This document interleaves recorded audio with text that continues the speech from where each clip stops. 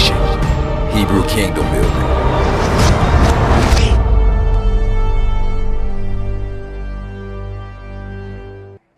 Y'all ready? Okay. Almost. All right. No worries.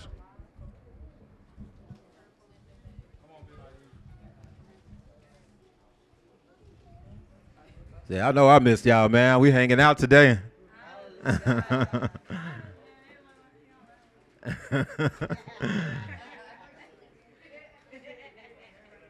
Y'all vessels can hold this, man. I know it's a lot of word. Y'all can hold this though.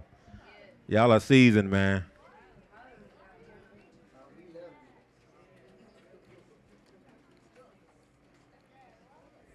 Who else out there? That's Yahoo.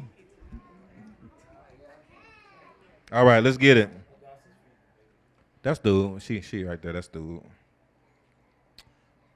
All right.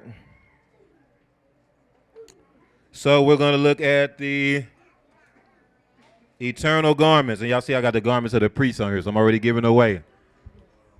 I submit that the priestly garments symbolize the eternal garments. Didn't he say that I will adorn you with jewels? I will adorn you like a bridegroom adorns his bride. Haven't we been talking about the kavod that Yahuwah is going to be putting on us? Well, look at here in Shemot 28. Why did he give them new garments? And you shall make holy garments for Aaron your brother for kavod.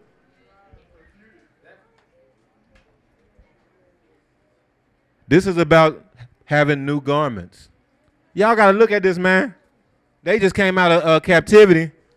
They in the wilderness. Moshe come back down, and they got all these commandments about they started to build the tabernacle.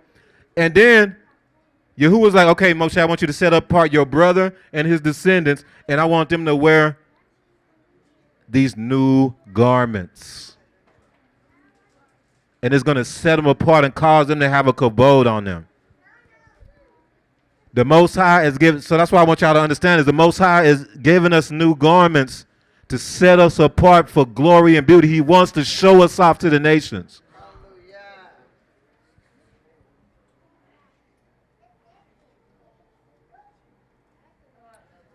Remember that the only people that can wear this, you had to be of a specific bloodline to be able to wear this. You had to be a son. You could not be a servant. You had to be a son of the Shamaim. You had to be a son of Yahusha. You had to be born again to be able to wear these eternal garments. Remember that not only that, but in order to wear it, in order to have access to the Holy of Holies or the holy place, you had to have on the right garments. You had to have these garments on in order to be able to even enter into the kingdom. You had to have the right garments on to make it into the kingdom. You cannot go into the holy place without eternal garments on. Y'all get what I'm saying? According to the scriptures, this is from the scriptures.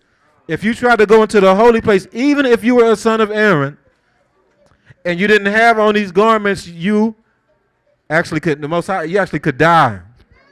The Most High would take you out for that. That's how important it is to have on the right garments. That's why it is a big deal when the Most High shows you he has given you new garments or he has given you eternal garments, the stuff that was promised to us by Yahuwah through the covenant. That is very significant, and that is what is needed. That is necessary to get into the kingdom.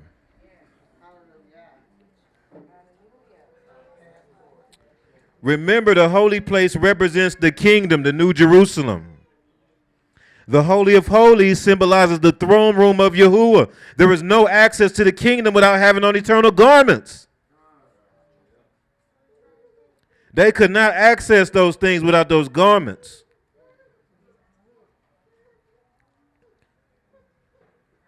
The word ketonet is used here in that Torah portion as well, surrounding these garments.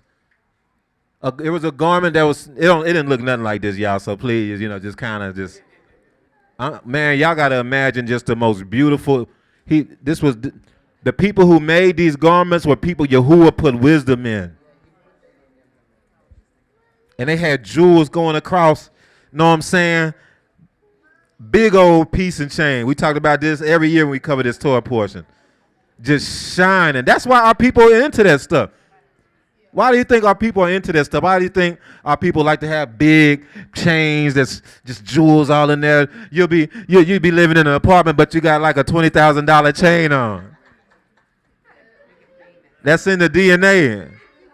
That's in your DNA. That's why people was like that. It didn't look nothing like this. See, it's the other nations trying to depict what our people did in the Torah. It didn't look nothing like that, man. You got to imagine thick chain, gold, shining, just coming down right here. Boom. Like gold, thick chain. It ain't look nothing like that. You just got to imagine like Slick Rick with the thick chain. Boom, boom. That's the closest I can think of right now. Then you had shining jewels. Them things ain't even shining, man. You crazy? Y'all know how our people live. They're going to make sure that mug shining in the light. So you couldn't imagine that mug just shining. They whole chest just, man, about $100,000 on his chest. Maybe even more. Remember, that was the offerings of the people. They all gave their offerings to make. This was from you. These were heavenly garments. I want y'all to get the level of the garments that you. When he says that you have on eternity, that he's going to adorn you with garments. This is the level we talking about. Y'all, the thread was made. There was pure gold thread that they used. They don't even know how to do that now. That's what I'm saying. These are people Yahuwah put wisdom into them to be able to make this garment. Can't nobody. That's why you're not gonna find what was made in the Torah nowhere. They can't duplicate gold thread made from pure gold. They was able to cut down the gold so thin to make thread out of it to interweave and to make a garment out of that, man.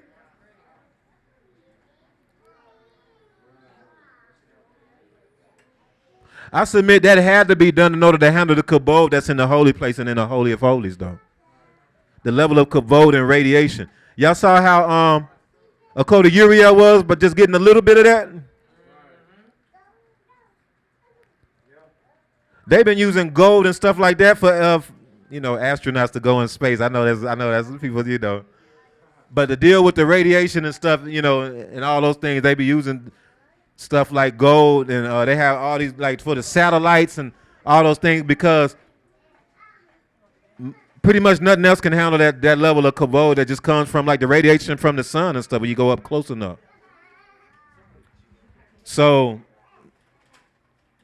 these garments is what you won't be able to survive in the shaman. Your body you gotta have the heavenly garments. He has to do some things, adjust your DNA to be able to handle the kingdom, to be able to handle the shaman.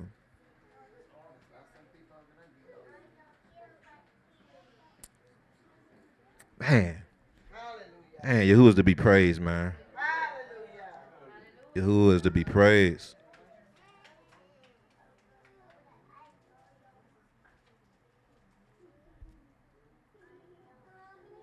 And this is just a picture. So remember, the tabernacle was covered by like door stuff. It was covered by like goat skin, stuff like that. On the outside, it looked like nothing. The tabernacle, but you go inside, everything is pure gold. Not pure gold, but everything is gold, though. Everything. The menorah was pure gold, just shining 24/7. Probably. It was pretty big. It was pretty big. I don't know if it was big like that, though. Then you had, the altar of incense. That's offering up the incense. Then you had a Holy of Holies. That's the throne room of Yahuwah. You ain't going in there without these special heavenly garments on.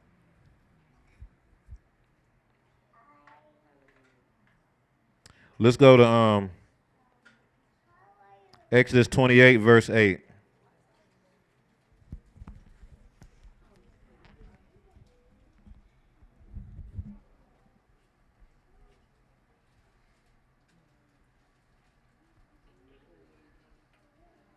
Y'all ready? Exodus 28, verse 8. And the intricately woven band of the ephod which is on it shall be of the same workmanship, made of gold. What else? Purple and scarlet thread and fine woven linen. So that word blue actually isn't the normal Hebrew word for blue. That's the word tekolet. That's the type of blue that was on your seats. Yeah, hold on. That's the type of blue that's on your seats. That's sapphire. That's sapphire. That's what the man was breaking out. Let's go to Exodus 28, verse 36. Go down to verse 36. Let me know when y'all there. Just scroll down to verse 36. You also shall make a plate of pure gold and engrave on it like the engraving of a signet. Kodesh to Yahuwah. We were singing that. Kodesh to Yahuwah. Kodesh to Yahuwah. And you shall put it on a what? On the blue cord. That's the same thing. Isn't that the commandment for the seat? Isn't that the commandment for the fringes? Go to Numbers 15. Now go to Numbers 15. Come on. Number 1538. Come on, let's look. Let me know when y'all get there. Speak to the children of Israel and tell them to make tassels on the corners of their garments throughout what? Did y'all go there? Numbers 15. Y'all there? Speak to the children of Israel. Tell them to make tassels on the corners of their garments throughout there. And to do what? That word actually is blue cord. It's the same word. Same exact. It's same to the T in Hebrew. Tekolet palit. Same thing as Exodus 26. He said you shall put a blue cord in there. Verse 39. Y'all ready? Verse 39. And you shall have the tassel that you may look upon it and remember all the commandments of Yahuwah and do them. So remember the tzitzit was there so you can remember the commandments. That was tekolet palit. That was a blue on a blue cord. Go back to Exodus 26. Exodus 28, Exodus 28.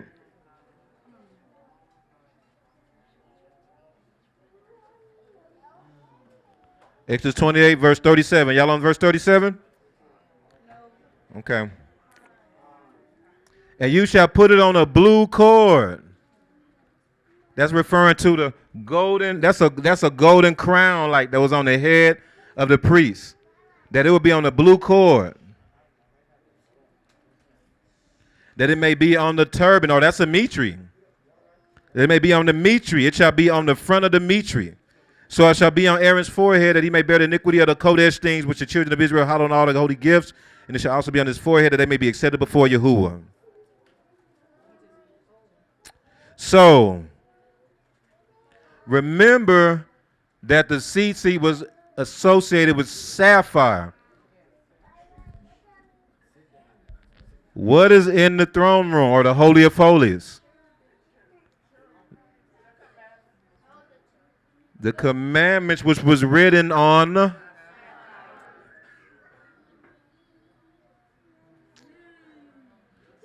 Remember, in the throne room, even his throne, if I remember right, his throne or the things around his throne are made of sapphire, according to Ezekiel. Right? I remember that? And his throne, huh? Is made of sapphire. She said she saw it today. That's the confirmation. Praise Yahushua. And so the garments, the priestly garments, I wanted to show you there is tekolet all throughout the garments. That's what the eternal garments enable you to do. What do you think the priests are able to do when they put on those garments? They're able to go in between two realms. They're able to go into they're able to leave from being out in the world and literally go into the Shamayim. That's what the holy place is, the kingdom and the throne room of Eluah. Y'all following that? Okay. So that's why in their garments had sapphire all in it. It's like they had CCs all. He even had a CC on his head, man. He had CC doing like that. You know what I'm saying? To connect the gold on the mitri. You had the mitri, then you got the CC right. I mean the gold thing right there with the CC connecting it to the mitri. Man. Telling y'all, man. All right. Y'all gotta understand, man. We've been studying this stuff for years, man. The Most High is just opening up this understanding like this, man.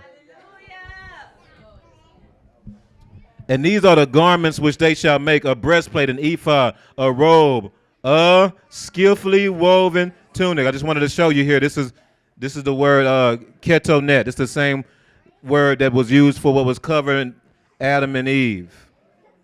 Not that they covered themselves, but they didn't use that word for that. But when Yahuwah decided to cover them, it was ketonet. So this is a sign that Yahuwah decided to cover them, Israel, at this point in time. Not them trying to figure out how to cover themselves. What was happening when we was trying to cover ourselves? We was sagging. We was walking around thinking it was cool. It wasn't my age. This wasn't my generation. But for y'all was thinking it was cool to wear skinny jeans. And then it changed to, I'm going to wear skinny jeans, and now I'm going to wear this new shoes from this other oppressor. We're gonna rock Nikes. That's what happened when we were trying to dress ourselves. We was walking around naked. We was walking around wearing skinny jeans and still sagging. Fig leaves, man. Walking around with fig leaves, bro. For real. And Akio, y'all not exempt. Y'all was walking around thinking Nicki Minaj and them dress nice. Oh, she dressed nice. I'm gonna dress like that. Fig leaves, everything showing. Trying to cover yourself, it ain't working. Everything out there. But when Yahuwah covers you, he covers you. He covers you. Who in the world of nobility will walk around with their reproductive stuff showing? Who of nobility would ever do that? But we thought that was cool. Sagging. Females got everything showing. You would never see a queen walking around like that. Ever. You would never see a queen or a princess walking around with booty shorts on. That's what we call them. I don't know if there's a name for that.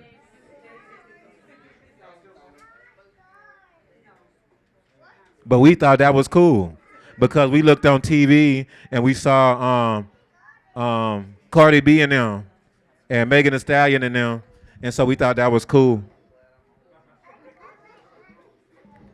Speaking of Nicki Minaj, Nicki Minaj is actually trying to. She wants to settle down and get married now. She's trying to be covered now. Oh, she already did. People running around trying to be like her. She's trying to be like you. And she don't know how to do it. I told you that's going to happen. You're going to have people you thought were nobility going to be trying to run after you. You're going to have LeBron James. You're going to have people reaching out trying to see the ways of this nation and want to have a part of it. Let's keep going, man. Let's keep going. All right.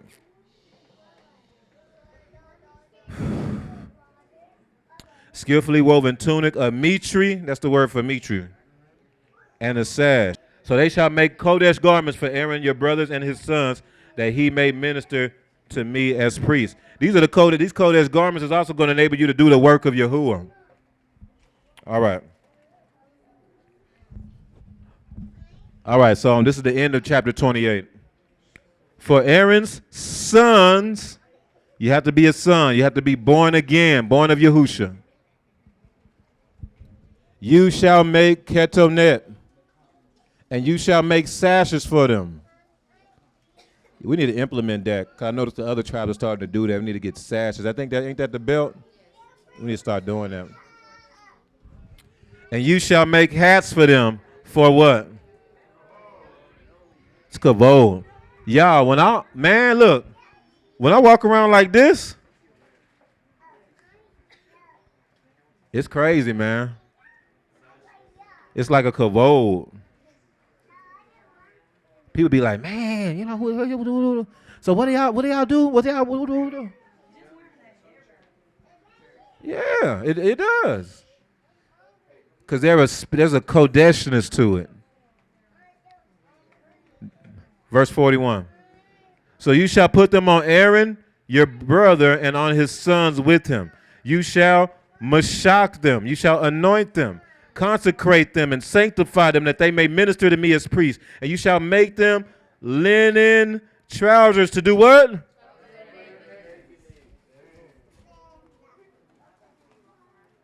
Oh yeah, Yahuwah was very serious about making sure you were covering those parts properly. And he had linen, which is this is all linen, to cover their nakedness.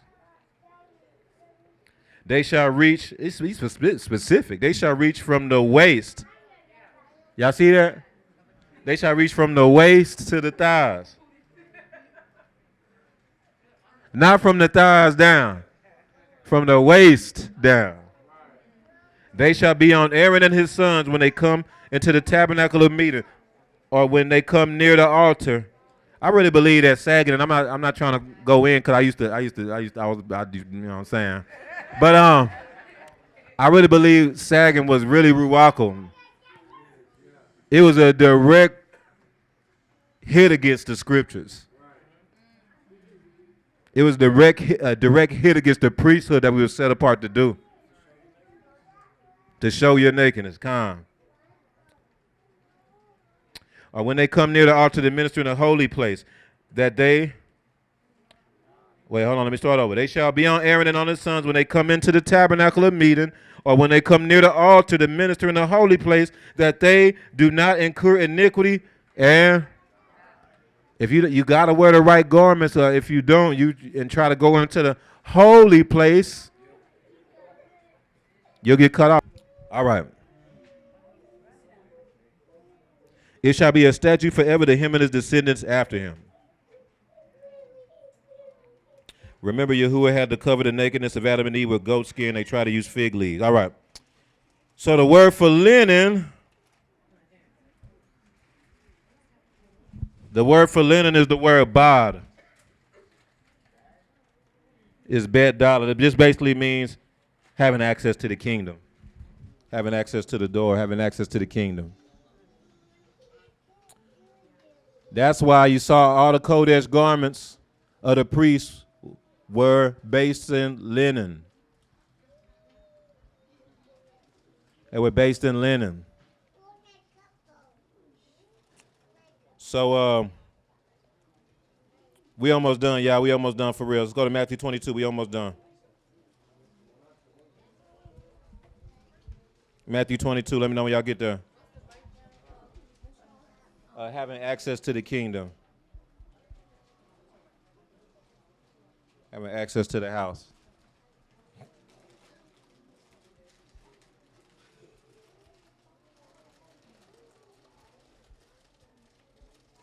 I'm going to just skim through this, y'all. So, no, man. Let's get like, all right, Matthew 22. Y'all ready? And Yahushua answered and spoke to them again by parables and said, the kingdom of heaven is like a certain king who arranged a marriage for his son. Remember, this is about sons. And sent out his servants to call those who were invited to the wedding. They were not willing to come. He sent out other servants saying, tell those who are invited, see, I have prepared my dinner, my oxen and fatted calf are killed, and all things are ready to come to the wedding.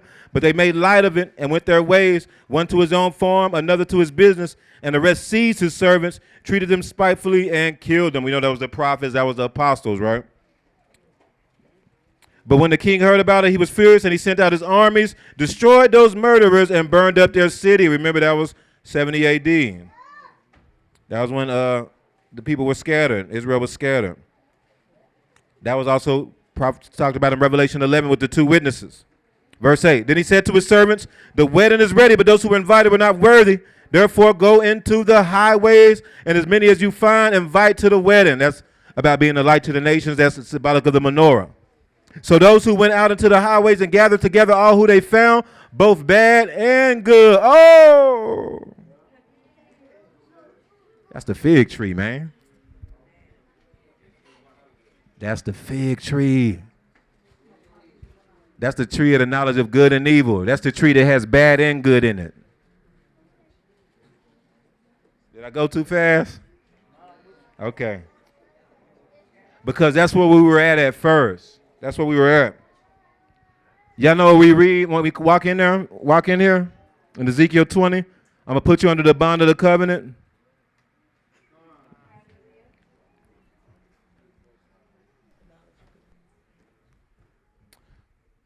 I will make you pass under the rod, and I will bring you into the bond of the covenant. I will purge the rebels from among you. So when he brings you into the bond of the covenant, there's bad and good there.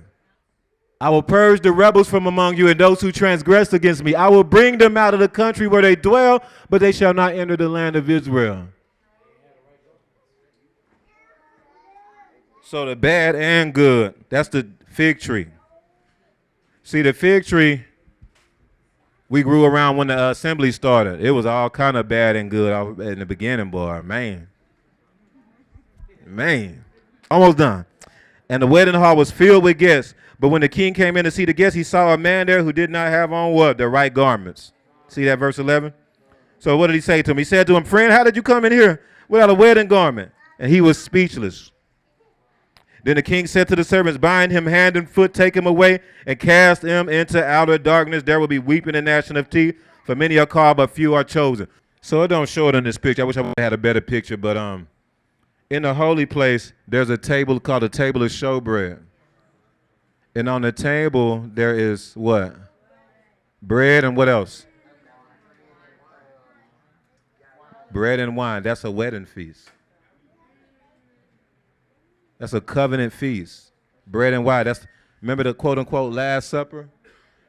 He had a covenant feast. He said this is the covenant. This is the bread of the covenant. Part of the marriage customs, Hebraic marriage, they do bread and wine. Because that's covenant language.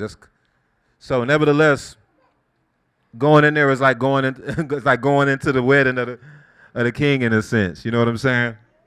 Going into the holy place is. All right. Chapter 29. Exodus chapter 29. Then we'll just wrap it up, man. It was some more stuff, but we'll just, maybe we can touch in Rosh Kodesh or something.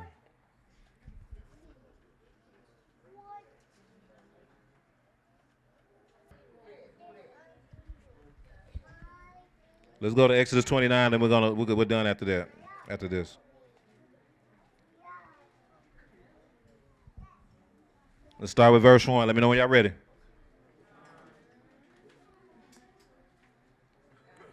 And this is what you shall do to them to hallow them for ministering to me as priests. So this is about actually now.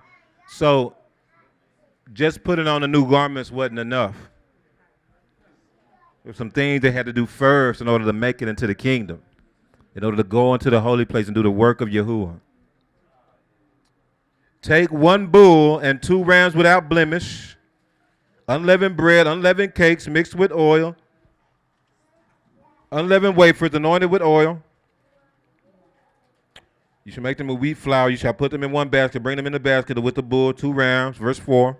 And Aaron and his sons you shall bring to the door of the tabernacle of meeting, and you shall do what? They got to be washed by the water of the word. I remember when the Most High wanted me to wash my hair. They said it was symbolic that the assembly was washed by the water of the word. That was in January.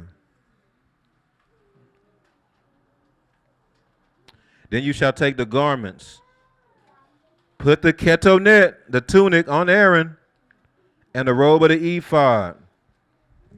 Do y'all remember King David? Do y'all remember when he wore the ephod? That didn't make sense, did it? It's like, why did he do that? Remember, David, the name Dawood means that he has the ability to go in between two realms. That's why he was able to put on the ephod and not die. You're supposed to be a son of Aaron to put that stuff on, man. He even ate of the showbread. He did all kind of stuff, man. You like, what? How's David? That's Dawood. He can move in between two realms. He put on the ephod and was able to inquire to Yahuwah. The ephod, we read it in this Torah portion, had the Urim and the Thummim on there.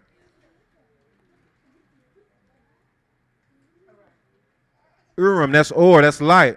Thummim, that's tamim. Being without spot or blemish. To inquire to Yahuwah is like casting a lot. So that's why he put on the ephod and would inquire to Yahuwah and ask him, hey, Yahuwah, should we go to war? Should we do this? He would put on the ephod before doing that. Because in a sense, he was moving in between two realms. I submit that's what that was symbolic of. That was a mantle he had on him, though. That's why he could do that. There were visitations he had that led to him being able to, he knew he could do that. All right, let's keep going. Verse 5, then you shall take the garments, put the tunic on Aaron, the robe, and the ephod.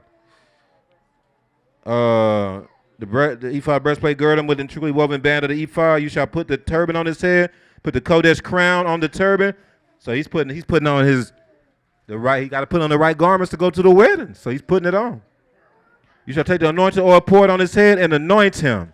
Then you shall bring his sons and put the tunics on them. This is for the high priest and his sons. You shall gird them with sashes, Aaron and his sons, and put the hats on them. The priesthood shall be theirs for a perpetual statute. So you shall consecrate Aharon and his sons. You shall also have the bull brought before the tabernacle of meeting, and Aaron and his sons shall put their hands on the head of the bull. Then you shall kill the bull before Yahuwah by the door of the tabernacle of meeting. Before you can ascend and actually go into the kingdom, there's a lot of cutting that you have to do first. There's a lot of cutting that has to happen first in order before you can actually go into the holy place and do the work of Yahuwah. There's a lot of cutting you have to do before you can ascend into the Shamayim. Y'all get it? A bull was very expensive. That was a very, very big loss.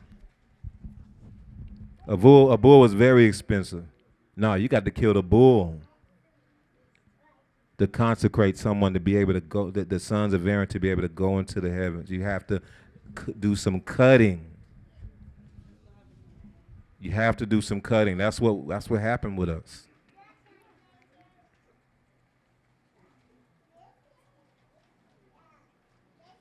All right, let's keep going. Verse 12. You shall take some of the blood of the bull and put it on the horns of the altar with your finger, and pour all the blood beside the base of the altar. You shall take all the fat that covers the entrails, the fatty lobe attached to the liver, and the two kidneys and the fat that is on them, and burn them on the altar. Killing the bull is also killing the bull in yourself. Right? Killing the bull is also killing the pride, and you got to die to yourself. You cannot go into the kingdom if you are still struggling with pride. If you can't yoke to nobody, remember the bulls can't really yoke to nobody. They can't do nothing like that. They too prideful. They got to be the man. That's how bulls are. They can't, no. Bulls are not capable of submitting to anything, ever. You put another bull in, even close to a bull, it's going to buck at that mug until one of them going to die. But they're not just going to be, they don't know how to just chill. They're always in conflict. You know a bull, if they always in conflict and it's always everybody else's fault. Y'all ever had that homeboy who was always fighting and it was always everybody else's fault? Like, bro, you fight like every week, but it's always somebody always doing you wrong? And it'd be random places. Man, I was at the movies, dog. Man, we was watching this Disney movie, man. What? How you get a fight in a Disney movie, man? What's going on? What? Everybody always doing something to them. That's called a bull. You had to kill a bull. You had to kill that before. The Most High is not going to let you go into the kingdom without killing the bull.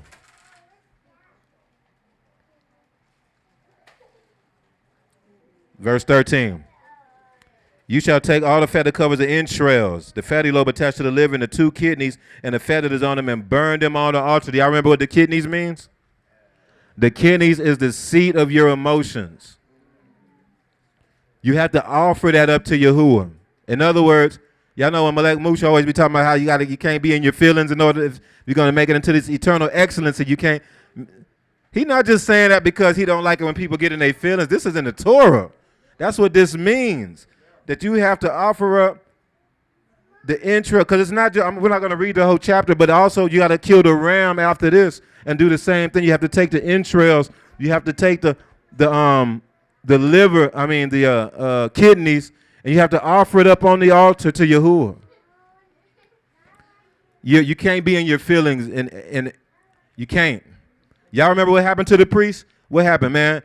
Eleazar and Aaron's sons had moved left field. Most High just killed him on the spot. Remember Nadab and Abihu? And Yahuwah said, don't mourn. Keep working. Matter of fact, man, don't pick up. His own brothers, Nadab and Abihu's brothers were the ones who had to pick up the dead bodies to get them squared, to move them out the way so they can keep working. They just saw they big brothers just get, boom, killed, burnt. You can't be asking no questions. Well, why? You know, why? That didn't make sense. All they did was just, man, they just made a mistake. They just offered up the strange fire. Maybe they didn't, you know. Get out your feelings. You got to offer that stuff up to Yahuwah and just be about whatever Yahuwah's business is. Man, look here, man. If there's something that I got to tell y'all, 99% of the time it's going to be something that's surrounded around the Most High's business, so there's no use of getting your feelings about it. Only reason why I'm telling you whatever I have to tell you is so you can do it. If something that you're doing wrong or something, I have to, talk to you about it or whatever. It's just so you can change. And what that takes is you have to offer up your entrails on the altar to Yahuwah, though. So your entrails is your nefesh. That's your appetite, your desires. That's why when we had a fast, because what is the fast doing? You're having to afflict what? Your nefesh. What is the entrails? The entrails is literally the belly, the stomach, the seat of your nefesh in a sense. And so you're afflicting that. You're offering it up to Yahuwah. That's like a sacrifice when you fast. And so what that was showing is that they just wasn't willing to do that. They just wasn't willing to do it. They just, nah, I don't want to do that. Well, I ain't going to say I don't want to because that don't matter. But I'm not going to do that. I'm not going to do that. If you're not going to do that, there is no way that you're going to be able to go into the holy place. You can have on the garments, you can have on everything, but if you are not able to offer up your entrails on the altar, offer up your desires, your nefesh to the Most High, you cannot make it into the kingdom. That's why the first thing Yahuwah did, we've been talking about this a lot, when he took Israel out of captivity of Egypt, is he afflicted their nefesh, made it so that where they couldn't eat and drink or something that surrounded their appetite and desires. And then those who murmured, that was a strike. Those who murmured, that was a strike. A lot of it was surrounding the entrails. A lot of it. Because right after that, they were murmuring, hey, man, where's the food at? And they was crying for what's quail. Oh, this manna. A lot of it was surrounding the nefesh. The only way to get around that is you have to offer that up.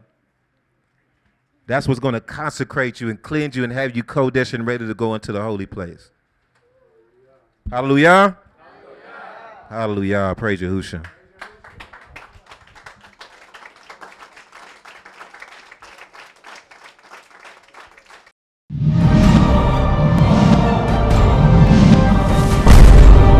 Rebirth of a nation. Hebrew kingdom building.